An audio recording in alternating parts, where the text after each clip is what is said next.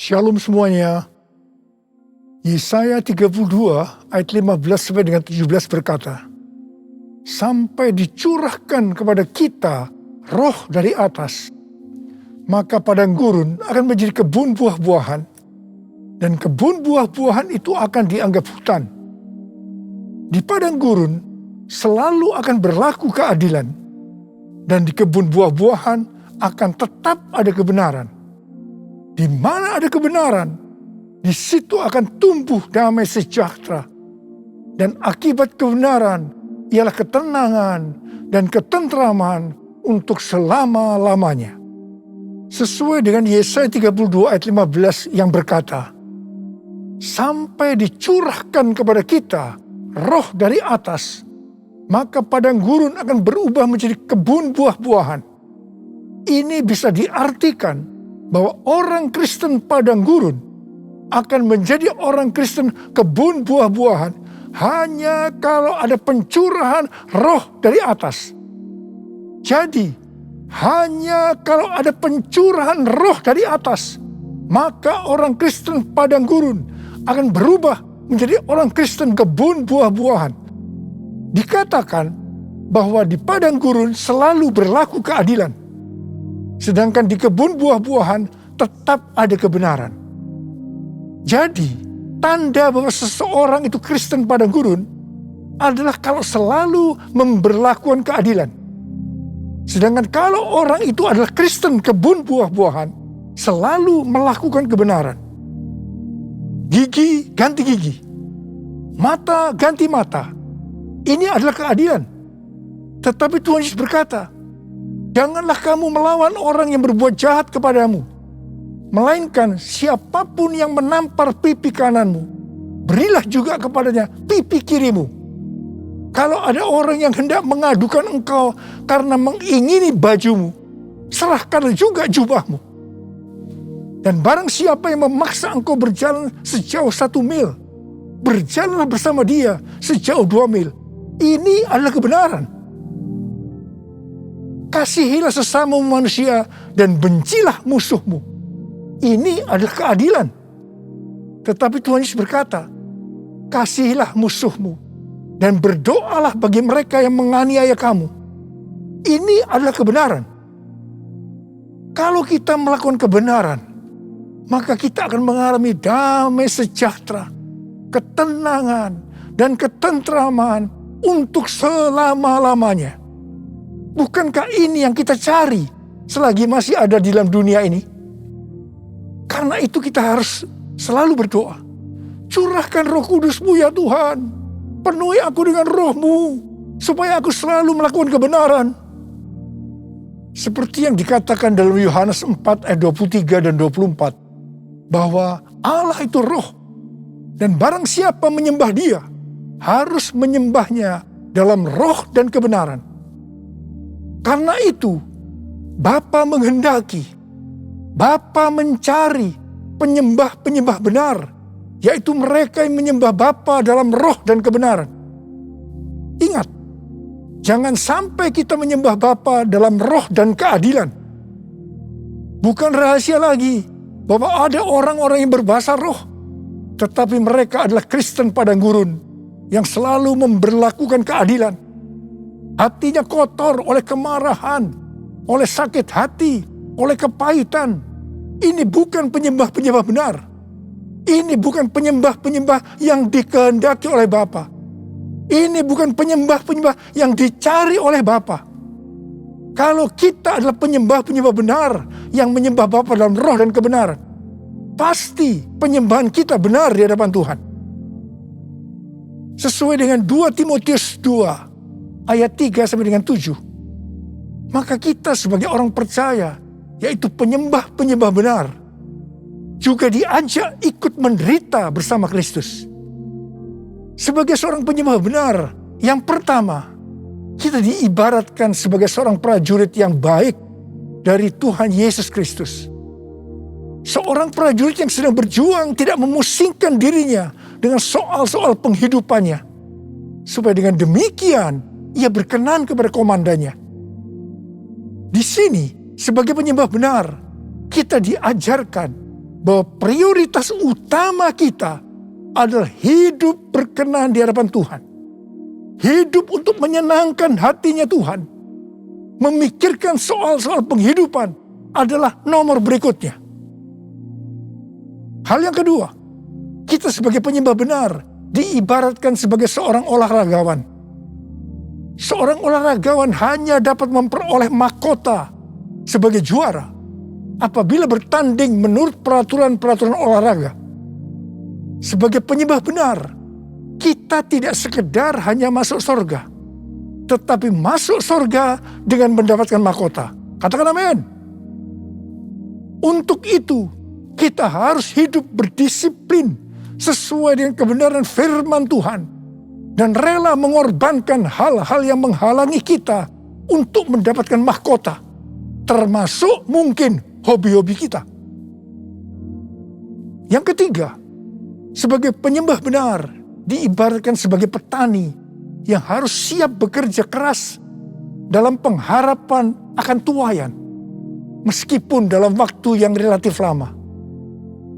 Dalam Titus 3 ayat 8 dikatakan, kita harus berusaha sungguh-sungguh melakukan pekerjaan yang baik. Artinya kita harus bekerja keras. Kita juga harus berusaha sungguh-sungguh supaya kita kedapatan tidak bercacat celah pada waktu kedatangannya. Untuk kita bisa mengerti akan semua hal ini, maka kita harus mengingat perkataan Rasul Paulus dalam 2 Timotius 2 ayat 7, yaitu Tuhan akan memberi kepadamu pengertian dalam segala sesuatu. Saya juga berdoa agar kita semua mengerti makna ajakan untuk ikut menderita bersama Kristus. Sebagai penyembah-penyembah benar, kita juga harus mengikuti tiang awan dan tiang api. Kalau mereka bergerak, kita juga harus bergerak. Kalau mereka diam, kita juga harus diam. Pada waktu zaman Musa, tiang awan dan tiang api bisa dengan waktu yang lama berada di satu tempat. Tetapi ada kalanya hanya beberapa jam saja. Mungkin mereka kadang-kadang tidak bisa mengerti. Tapi satu hal yang mereka lakukan, mereka taat untuk mengikuti gerakan tiang awan dan tiang api. Hal yang seperti ini yang juga kita harus lakukan sekarang dengan mengikuti tuntunan Roh Kudus. Bapa di surga, ku puji nama-Mu. Bapa di surga, ku puji nama-Mu. Ku cinta, ku puja, ku sembah selamanya. Bapa di surga, ku puji nama-Mu. Bapa di surga, ku puji nama-Mu.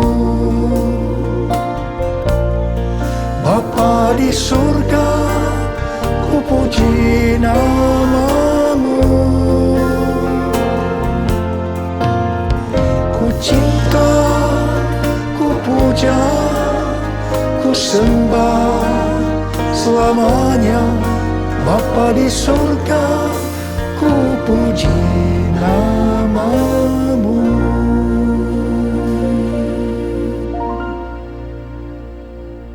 Kalau kita melihat keadaan manusia di akhir zaman, seperti yang dituliskan dalam 2 Timotius 3 ayat 1 sampai dengan 5, ternyata hal itu sekarang sedang digenapi. Dikatakan, ketahuilah bahwa pada hari-hari terakhir akan datang masa yang sukar. Manusia akan mencintai dirinya sendiri dan menjadi hamba uang. Mereka akan membual dan menyombongkan diri. Mereka akan menjadi pemfitnah. Mereka akan berontak terhadap orang tua dan tidak tahu berterima kasih. Tidak memperdulikan agama. Tidak tahu mengasihi. Tidak mau berdamai. Suka menjelekkan orang. Tidak dapat mengekang diri. Garang. Tidak suka yang baik. Suka mengkhianat. tidak berpikir panjang, berlagak tahu, lebih menuruti hawa nafsu daripada menuruti Allah. Secara lahiriah, mereka menjalankan ibadah mereka, tetapi pada hakikatnya mereka memungkiri kekuatannya. Jauhilah mereka itu. Mereka ini adalah orang-orang Kristen padang gurun. Karena itu sekali lagi, hanya pencurahan roh yang dari atas, yang artinya pencurahan Roh Kudus yang dahsyat dari Pentakosta ketiga, sangat diperlukan hari-hari ini untuk menjadikan orang Kristen padang gurun menjadi orang Kristen kebun buah-buahan. Buku yang ditulis oleh Michael L. Brown yang diterbitkan pada tanggal 19 Oktober 2021 yang lalu dengan judul Revival or We Die, A Great Awakening is Our Only Hope. Kebangkitan atau kita mati. Kebangunan besar adalah harapan kita satu-satunya. Buku ini berbicara tentang keadaan kekristenan di Amerika. Kesimpulan dari buku ini adalah sebagai berikut. Amerika diambang kehancuran. Harapan satu-satunya adalah lawatan kuasa dan hadirat Allah. Dr. George Barna merilis hasil survei tentang anak muda di Amerika pada tanggal 6 Juni 2021. Dikatakan bahwa pelayanan Kristen yang dipraktikkan oleh gereja dalam 5 dekade terakhir tidak akan efektif untuk generasi anak-anak muda yang disebutkan sebagai generasi yang berbeda. Mereka ini tidak peduli terhadap bangsa Amerika, meragukan sejarah dan fondasi bangsa. Mereka mahir dalam teknologi, bebas secara seksual, labil emosinya, dan campur aduk kerohaniannya. Melihat semua ini, sekali lagi saya katakan, perlu adanya pencurahan roh dari atas, yaitu pencurahan yang dahsyat dari Roh Kudus di era Pentakosta ketiga ini. Kita patut bersyukur bahwa Tuhan membuat APT, yaitu Azusa Street Prayer Tower di Los Angeles, Amerika Serikat, yang akan terus berdoa supaya pencurahan Roh Kudus yang dahsyat dari Pentakosta ketiga terjadi. Izin penggunaan tempat untuk APT sudah keluar. Haleluya. Sekarang kita sedang mengajukan izin renovasi gedung. Ku mau selalu bersyukur, selalu bersyukur. Kau Tuhan yang setia, yang selalu menopang. Ku mau selalu bersyukur, selalu bersyukur. Kau Bapa-Ku yang setia. Ku mau selalu bersyukur, selalu bersyukur. Kau Tuhan yang setia, yang selalu menopang. Ku mau selalu bersyukur, selalu bersyukur. Kau Bapa-Ku yang setia. Kau Bapa-Ku yang setia. Pada waktu murid-murid Tuhan Yesus menantikan pencurahan Roh Kudus di kamar loteng Yerusalem, di mana disebutkan sebagai Pentakosta yang pertama, dikatakan dalam Kisah Para Rasul 1 ayat 14 bagian A, bahwa mereka semua bertekun dengan sehati dalam doa bersama-sama. Artinya mereka berdoa, memuji dan menyembah Tuhan dalam unity siang dan malam. Ini adalah prinsip restorasi Pondok Daud. Ini adalah prinsip menara doa. Setelah 10 hari mereka melakukan itu, Roh Kudus dicurahkan. Mereka dipenuhi Roh Kudus dengan tanda awal berbahasa roh. Setelah itu mereka dipakai Tuhan Yesus untuk melakukan amanat agung. Hari-hari ini, di era Pentakosta ketiga, kita harus melakukan hal yang sama, yaitu berdoa, memuji dan menyembah Tuhan dalam unity siang dan malam, supaya pencurahan Roh Kudus yang dahsyat dari Pentakosta ketiga terjadi. Sehingga amanat agung selesai. Dan setelah itu Tuhan Yesus datang kembali. Saya mempunyai kesaksian bagaimana dengan melalui Unity terjadi gerakan doa yang mengakibatkan kebangunan rohani yang dahsyat. Pada tahun 2002, Ibu Bridget, seorang pendoa syafaat di tempat kita, mendapatkan suatu penglihatan. Dia melihat saya memakai jas di sebuah stasiun kereta api. Kemudian ada suara, "Change destination, change destination." Waktu penglihatan itu disampaikan kepada saya mendapatkan pengertian bahwa akan terjadi perubahan dalam pelayanan saya. Ketika saya sedang bertanya-tanya kepada Tuhan tentang hal ini, tiba-tiba saya merasakan bahwa kemuliaan Tuhan yang membuat kita menjadi satu sesuai dengan Yohanes 17 turun ke atas saya. Apa yang saya alami? Terjadinya tekanan-tekanan dalam hidup saya sampai saya tidak tahan dan bertanya kepada Tuhan, "Ampuni saya Tuhan, kalau saya bersalah pada Tuhan, apa yang harus saya lakukan Tuhan? Ampuni saya." Tuhan menjawab, "Niko, selama ini kamu sombong, kamu arogan. Sekarang kamu harus melakukan dua hal. Yang pertama, turunkan nama gerejamu yang kau bangga-banggakan. Yang kedua, kamu harus meminta maaf kepada gereja-gereja lain. Mungkin selama ini dengan secara tidak sadar, karena pelayanan saya yang begitu sukses, membuat saya sombong dan membuat sakit hati gereja-gereja lain. Dengan tidak berpura-pura, artinya dengan tulus hati, saya melakukan apa yang Tuhan suruh. Di tengah-tengah saya melakukan itu, tiba-tiba roh rekonsiliasi turun. Ini terjadi antara saya dengan gereja-gereja lain, dan juga di antara gereja-gereja itu.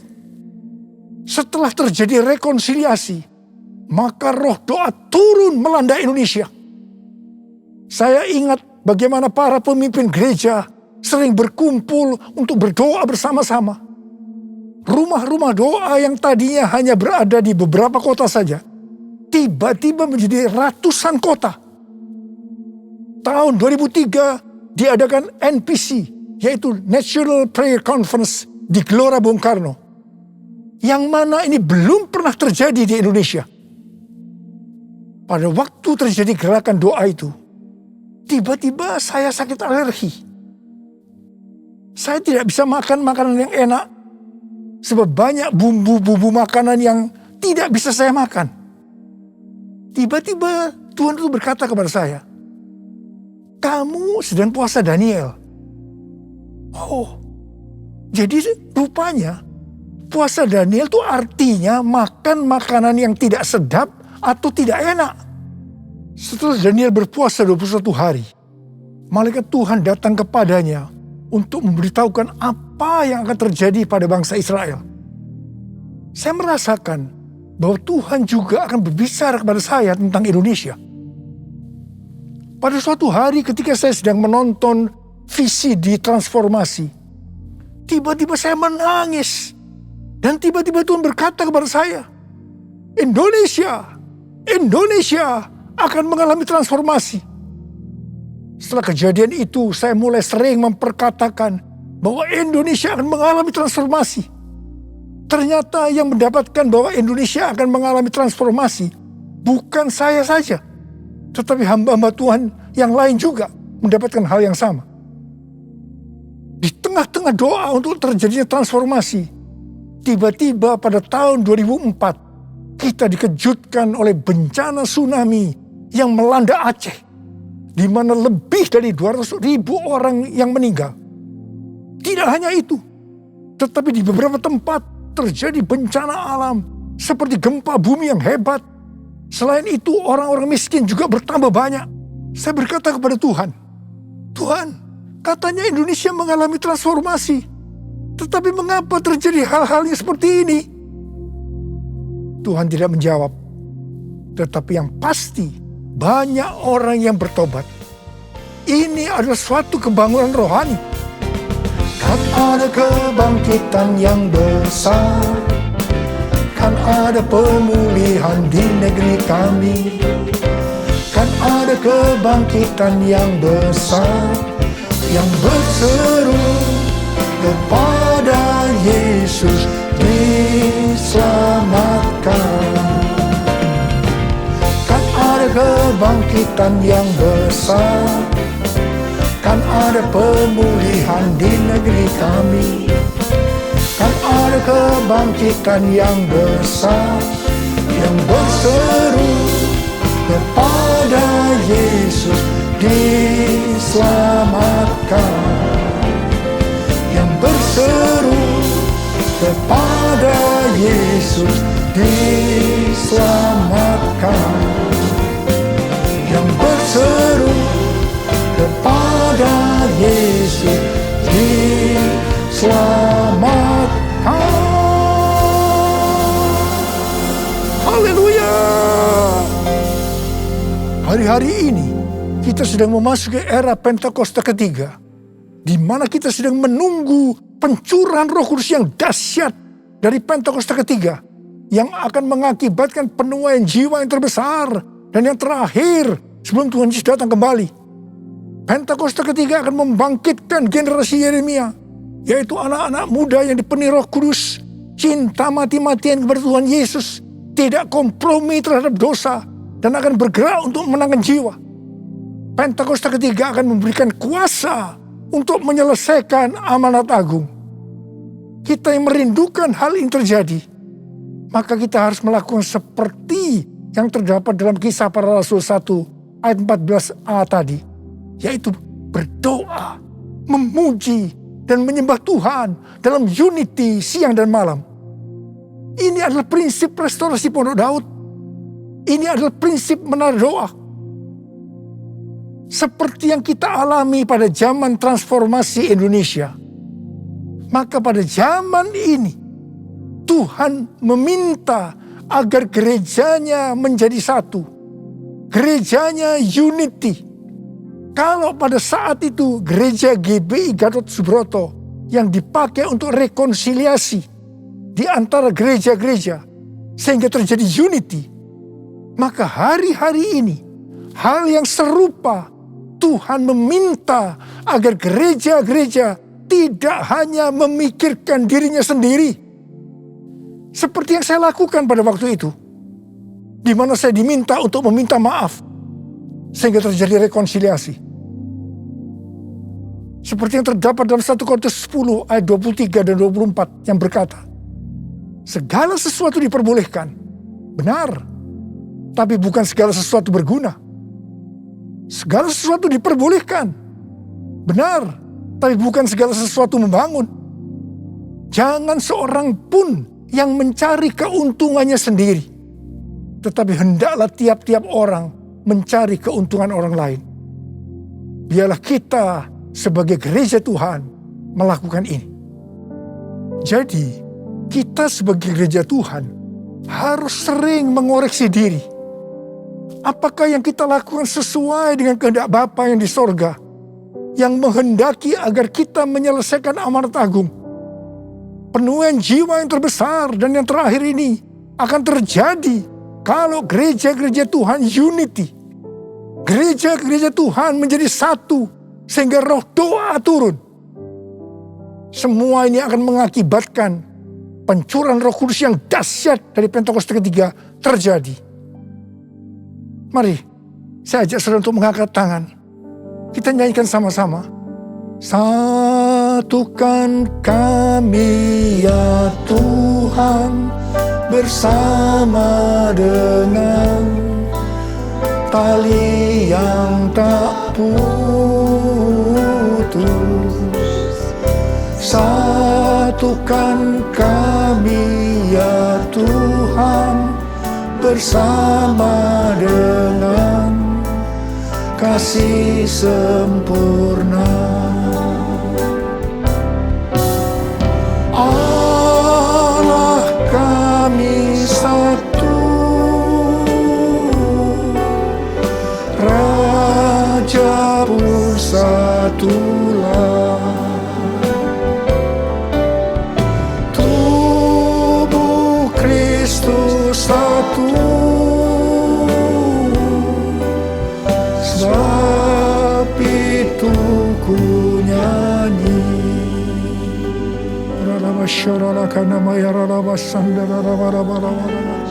Oh Tuhan, ya Tuhan, aku berdoa saat ini ya Tuhan, jadikan gerejamu Tuhan menjadi satu, unity ya Tuhan. Aku berdoa buat anak-anakmu, gereja-gerejamu, agar mereka unity. Oh Tuhan, terima kasih, curahkan rohmu saat ini. Curahkan rohmu ya Tuhan. Curahkan rohmu. Orang-orang membuat hati kami menjadi lembut ya Tuhan.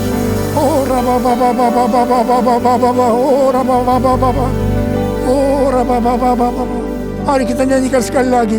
Satukan kami ya Tuhan, bersama dengan tali yang tak putus. Satukan kami ya Tuhan, bersama dengan kasih sempurna. Allah kami satu, Raja pun satulah. Tubuh Kristus satu, sebab itu ku nyanyi. Tuhan Yesus Engkau baik. Tuhan Yesus Engkau baik. Terima kasih buat pesan-pesan-Mu kepada kami semua. Terima kasih ya Tuhan. Terima kasih. Dalam nama Yesus berdoa. Terima kasih. Amin. Saudara-saudara, kita akan masuk ke dalam perjamuan kudus. Kita akan mengingat ayat ini. Sebab setiap kali kamu makan roti ini dan minum cawan ini, kamu memberitakan kematian Tuhan sampai Ia datang. Perjamuan kudus adalah perjamuan Tuhan Yesus sendiri. Setiap kali kita masuk dalam perjamuan kudus, Tuhan Yesus selalu berkata, biarlah ini menjadi peringatan akan aku. Karena itu mari arahkan hati kita kepada kebaikan Tuhan. Untuk mengingat kebaikan Tuhan. Supaya kita lebih mengasihi Tuhan Yesus. Supaya kita lebih mengasihi satu dengan yang lain. Mari tundukkan kepala. Bapa, siapakah kami sebelum kami mengenal Engkau? Kami semua orang berdosa. Upah dosa adalah maut, mati. Tapi Engkau yang tidak berdosa telah dijadikan dosa oleh karena kami semua. Engkau harus turun dari sorga mulia, menjelma menjadi manusia. Mati ganti kami dengan penderitaan yang luar biasa. Sungguh kalau kami pikirkan betapa baiknya Engkau ya Aba. Engkau jadikan kami sebagai anak-anak-Mu. Engkau berkati, Engkau tuntun, Engkau mendidik kami. Engkau menyembuhkan, Engkau juga menegur kalau kami salah. Tuhan terima kasih. Itu Engkau ya Aba. Itu Engkau. Tuhan akan memberkati kita semua melalui perjamuan kudus. Tapi Tuhan mau kita makan dan minum dengan cara yang benar. Karena itu masing-masing introspeksi. Lihat keadaan dirimu sekarang. Kalau ada hal-hal yang selama ini belum diselesaikan dengan Tuhan. Dan Tuhan ingatkan itu. Langsung mari kita minta ampun. Ampuni saya Tuhan. Ampuni saya Tuhan. Ampuni. Minta ampun. Kau melihat ya Abah. Kau melihat mereka anak-anak-Mu yang sedang berdoa untuk minta ampun padamu. Kau mengampuni ya Tuhan. Layakkan kami untuk masuk dalam perjamuan kudus. Terima kasih ya Abah. Terima kasih. Kami akan masuk dalam perjamuan kudus dengan hati yang penuh ucapan syukur. Dalam nama Yesus kami berdoa. Amin.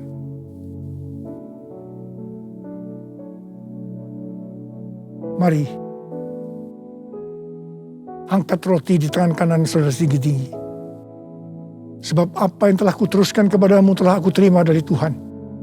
Yaitu bahwa Tuhan Yesus pada malam waktu Ia diserahkan mengambil roti. Dan sesudah itu ia mengucap syukur atasnya. Dia memecah-mecahkannya dan berkata, inilah tubuhku yang diserahkan bagi kamu. Perbuatlah ini menjadi peringatan akan aku. Saudara dikasih Tuhan, bukankah roti yang kita pecah-pecahkan ini adalah persekutuan kita dengan tubuh Kristus? Mari kita makan dalam nama Yesus.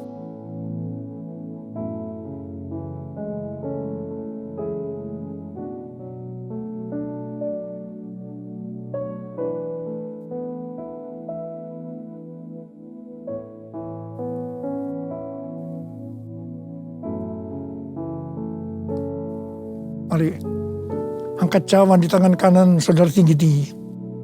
Demikian juga ia mengambil cawan sesudah makan lalu berkata, cawan ini adalah perjanjian baru yang dimeteraikan oleh darahku. Perbuatlah ini setiap kali kamu meminumnya menjadi peringatan akan aku. Dan dikasih Tuhan, bukan cawan pengucapan syukur. Yang atasnya kita ucapkan syukur adalah persekutuan kita dengan darah Yesus. Mari kita minum dalam nama Yesus.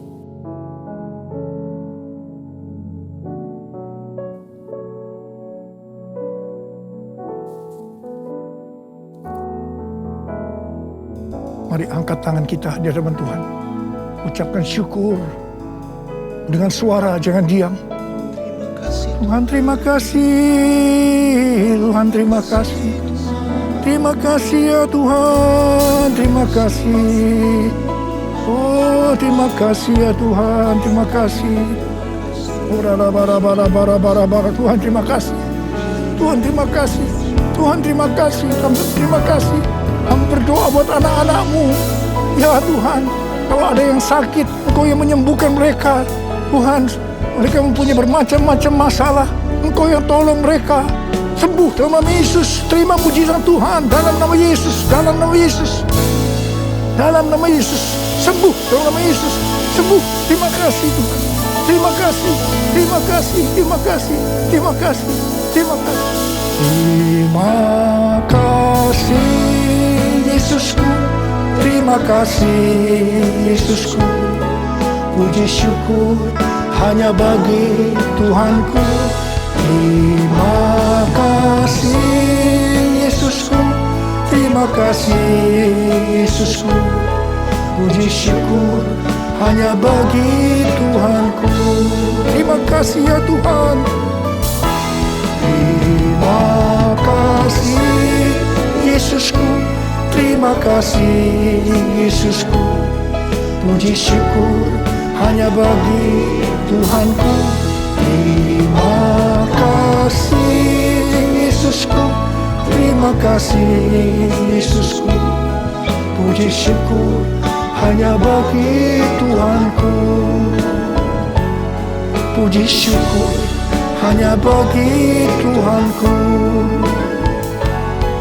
Puji syukur hanya bagi Tuhanku. Terima kasih. Terima kasih ya. Terima kasih. Terima kasih. Terima kasih. Mari angkat tangan saudara, terimalah berkat Tuhan. Kasih karunia yang berlimpah-limpah daripada Allah Bapa dalam Anak yang tunggal Yesus Kristus. Persekutuan yang manis dengan Roh Kudus menyertai saudara sekalian mulai hari ini. Sampai Tuhan Yesus datang menjemput kita di awan-awan dan bahkan sampai selama-lamanya. Yang percaya bersama-sama katakan, Amin. Tuhan Yesus berkati saudara.